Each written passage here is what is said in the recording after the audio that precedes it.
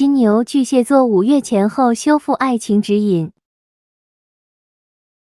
哎呀，太难过了啊！我们金牛宝宝怎么最近一直都有在委屈自己呢？我们金牛宝宝啊，真的就是我们金牛真的是有受了很多的一个苦。很多人其实一直对金牛都是有误解的，就会觉得金牛好像不够好啊，甚至会觉得金牛就属于那种比较自私自利的。其实我觉得金牛才是那个真正无私奉献的人，就是我们才是那个在感情里面真的是有一直在吃亏的人。因为其实像前面这边啊，皇帝都走到逆位了，难道你还看不出来吗？你还看不出金牛的一个委屈呢吗？我们金牛本身其实真的就是那种非常骄傲的一个星座的，因为皇帝牌是什么？就是那种高高在上啊，举世无双的。但是现在我们真的是已经从皇位上面去给跌落下来了，我们真的是一直有在去妥协，或者说我们一直有在去退让啊，去让自己去受委屈，也要去成全你。所以说金牛在这边才会这么的难过。所以现在我觉得金牛真的也是心灰意冷了，就是想要让自己呢安安稳稳的去放下这段感情，因为我会觉得啊，就是我们金牛会觉得说自己其实已经